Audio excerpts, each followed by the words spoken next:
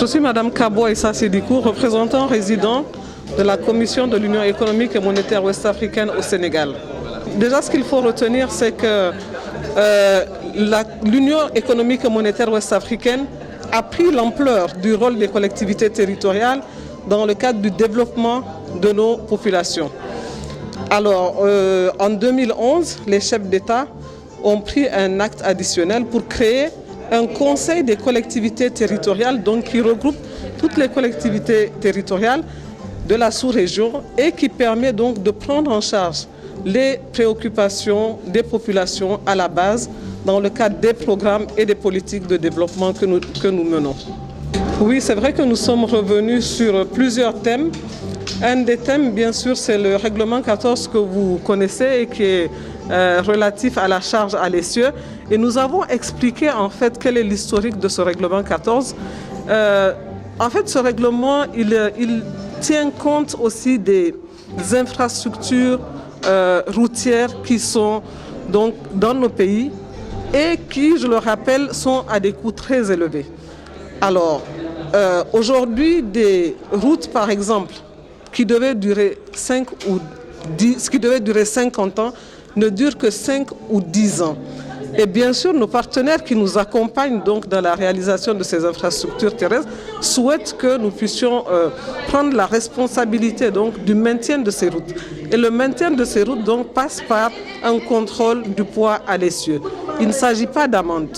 Il ne s'agit pas d'amende, mais il s'agit de délester pour que les routes soient entretenues, pour que la charge qui passe sur les routes soit une charge raisonnable. Oui, les tracasseries, nous en avons effectivement parlé avec les collectivités territoriales parce que nous souhaitons vraiment nous appuyer sur le Haut Conseil des collectivités territoriales au Sénégal et dans les autres pays pour vraiment nous accompagner pour une meilleure sensibilisation pour les tracasseries administratives, donc aux frontières déjà, et aussi sur le long des corridors, les prélèvements illicites.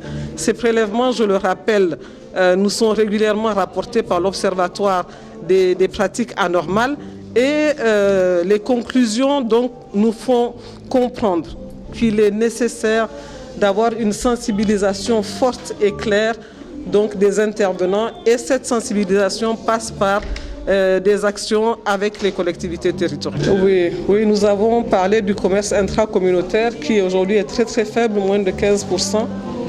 Alors, il est nécessaire, comme on le disait, qu'au niveau des institutions communautaires, que nous puissions appliquer toutes les règles, j'allais dire tous les textes qui sont mis en application et surtout que nous puissions assurer la compétitivité de nos produits. Pour assurer la compétitivité de nos produits, déjà, il faut passer par sûrement des avantages comparatifs, voir quels sont les pays qui produisent mieux les produits et que nous puissions développer donc des circuits de distribution pour que ces produits soient réellement compétitifs et qu'ils soient intéressants aussi pour les autres pays qui les reçoivent.